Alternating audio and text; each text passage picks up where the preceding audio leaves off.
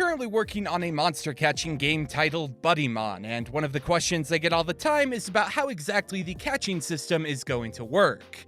Not so much in terms of mechanics, as most people have rightly assumed it's going to be similar to Pokemon in terms of throwing an item and then random chance taking over, but more so in terms of the lore side of things.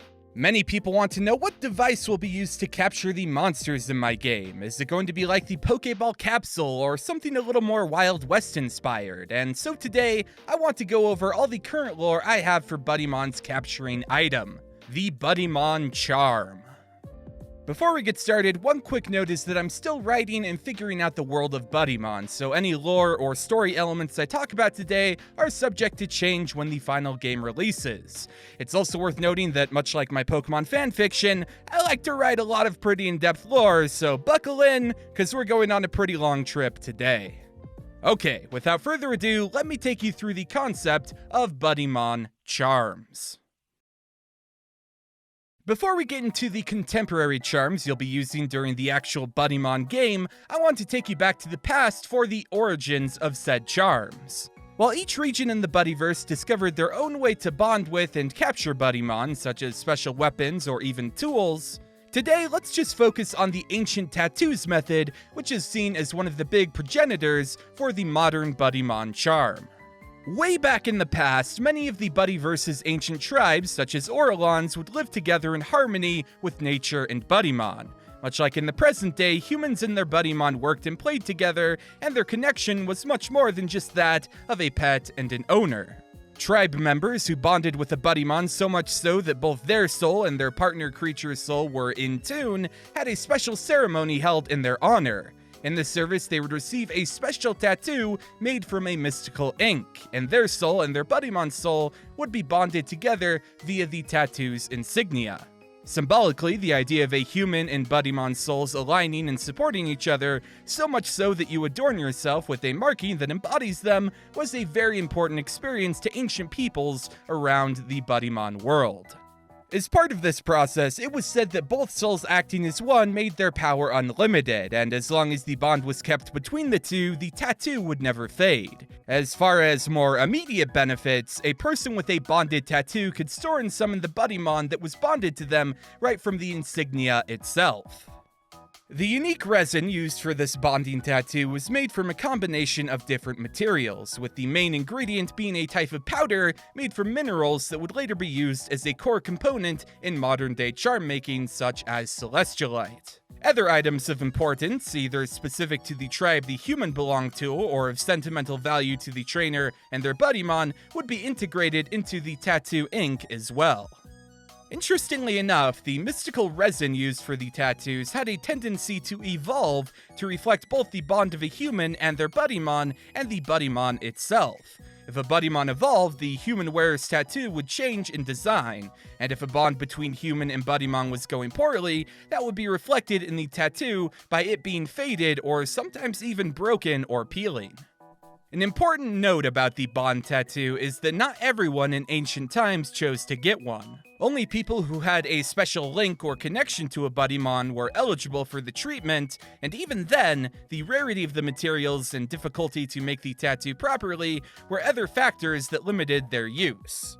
Plenty of people without the special bond tattoo would still use Buddymon in battles or jobs, but seeing somebody with a special insignia let you know immediately that they were on a whole other level in terms of their strength.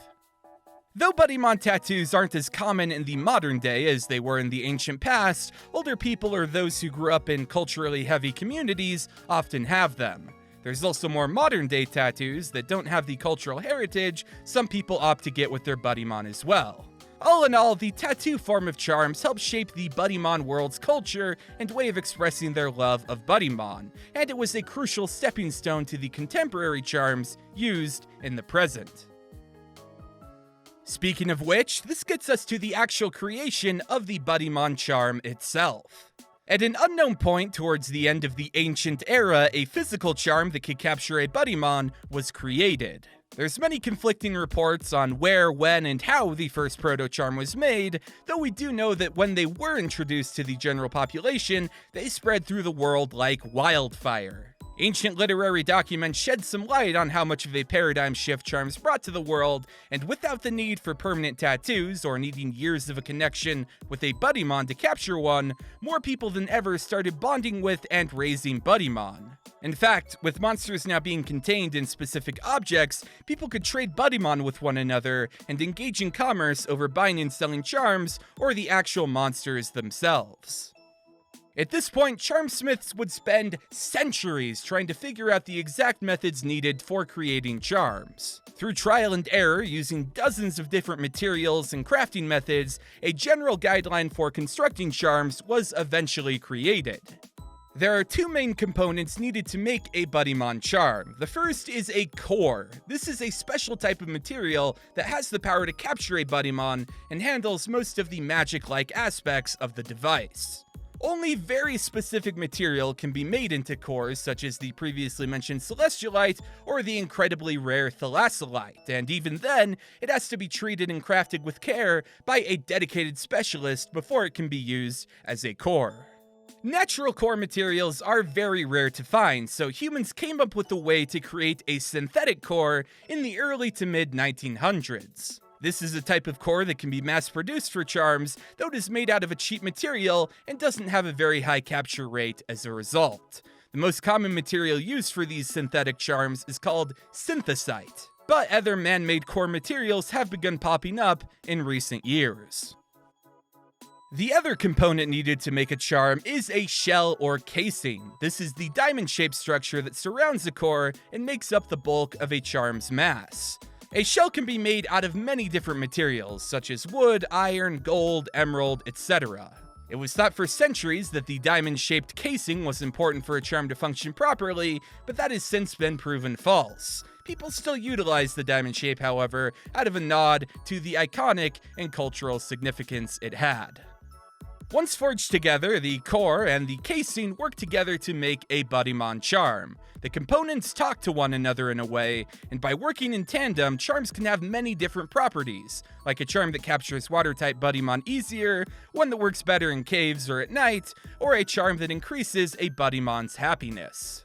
Though a core and casing are the two base parts needed for a charm to work, many experiments have been made to integrate additional parts or components. Some charms have added technology into them, others feature more intricate interior workings like a core stabilizer or added filament to the casing, and as you can probably assume, charm crafting has become increasingly complex over the years. With how intricate charm making can be in the present, charmsmithing has become a very difficult job to learn. Being an advanced charmsmith is an occupation that takes hundreds, if not thousands of hours to achieve, and with millions of charm combinations that can be made, it's a very rare job to see. Many try their hands at making charms, and while it may seem easy to do at first, making a high quality and durable charm isn't something that just anybody can do. All of this background and history on charms leads us to their place and use in the present day. With the rise of Buddymon training as a sport, charms have become an essential tool for Buddymon trainers. An important thing to note is that most trainers, and honestly I'll even expand that to say most people in the Buddyverse in general, don't know about the charm's somewhat magical and mystical connections. Most assume that they're purely technological, matching so many of the technology they see on a daily basis, and because of that misconception, charms feel somewhat normal to the people of Buddymon. This is further reinforced because there are factories where charms are mass-produced, and they're sold to every corner shop drugstore as a very common item. And that's a really brief look at Buddymon charms and their lore. Once again, I'm still nailing things down, so everything is subject to change, but overall, I'm pretty happy with how charms are shaping up. Let me know what you guys think of them. Do you like the concept? Maybe you're not vibing to it as much, maybe even have some suggestions. Throw them in the comments section below because I love reading all the feedback on Buddymon.